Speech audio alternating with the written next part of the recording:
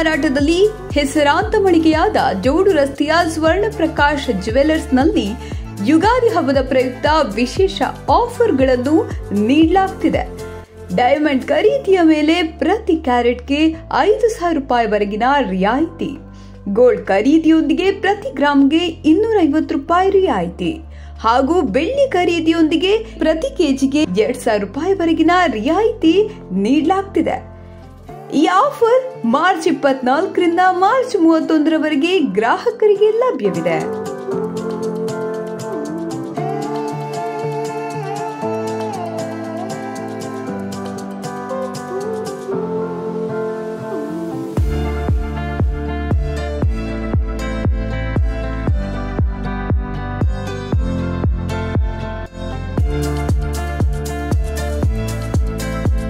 ಹಿಂದೆ ಭೇಟಿ ನೀಡಿ.